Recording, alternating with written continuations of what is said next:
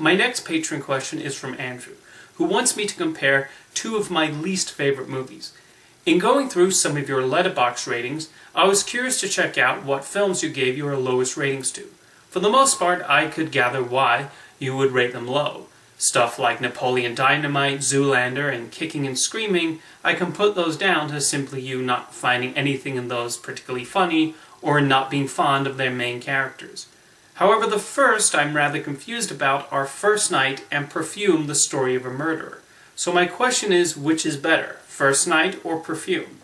As he mentioned, I do have a Letterboxd page, which I'll link to in the description. And yes, those two are among the movies I've given the lowest rating to.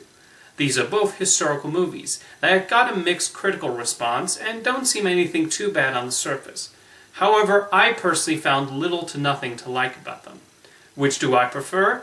I would probably say First Night. From the trailer, it seems like it could be a fun, action-packed Arthurian epic. Unfortunately, quite the opposite. I think the best way to describe First Night is Monty Python and the Holy Grail without the jokes. Even as it takes itself seriously, the film just comes across as silly. There's a scene where Arthur shows off Camelot to Guinevere for the first time, and I dare you to watch it without quoting Holy Grail in your head. Beyond that, the dialogue is rather stilted, and the characters are about as compelling as cardboard. Sean Connery as King Arthur should be amazing, but he's so boring in the role. Richard Gere is completely miscast as Lancelot, and for some reason he's the only actor who speaks in an American accent. He and Julie Ormond share no romantic chemistry, which is a problem when one of the central conflicts involves their fear that Arthur will find out about their secret connection. Guinevere is also relegated to be a damsel in distress most of the time, and Ben Cross's performance as the villain is so over the top.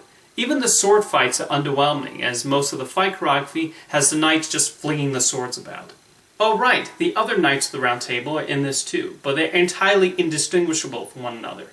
And finally, the biggest problem I have with First Night is how dull it is.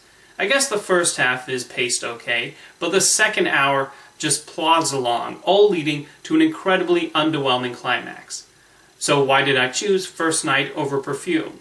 Well, at the very least, it's not a movie that grosses me out. Perfume centers on a young man with a strong sense of smell, who murders women in order to find the perfect scent. I'm not joking, that's what the movie's about. It's actually based on a book, which Stanley Kubrick supposedly said was unfilmable, so I guess Tom Tykwer deserves some recognition for having the guts to give it a try. However, I just found the final result to be repulsive and disgusting. First, there's the main character, Grenouille, who I'm unsure if the filmmakers intended the audience to find him sympathetic or a complete monster. I think he's a monster, but one with not much personality, and Ben Whishaw's wooden performance does not help matters. It is interesting that when Whishaw was starting out, he starred in some downer movies, while lately he's taken on more uplifting roles in films like Paddington and Mary Poppins Returns, and I much prefer this phase in his career. There's also Dustin Hoffman, who completely chews the scenery as a perfume maker, while on the other end is Alan Rickman, who is so understated. Dry Rickman is usually great, but he's so disappointingly dull in Perfume. Then there's the filming style. The smells are emphasized with a lot of close-ups and zooming into the source of the stench, but it just makes the entire film look ugly and unappealing. And I understand the point is to show the griminess of 18th century France, but it's still gross to look at through the entire runtime. The plot takes one disturbing turn after another, with Grenouille performing all these grisly murders. Believe me, I like horror films, but they require substance like any other genre. You cannot just rely on a bunch of upsetting and shocking imagery, and that's what Perfume primarily feeds us. I won't say how the movie ends, in case you want to see Perfume for yourself, but it's one of the most idiotic climaxes I've ever seen. Very few endings have made me roll my eyes like this one.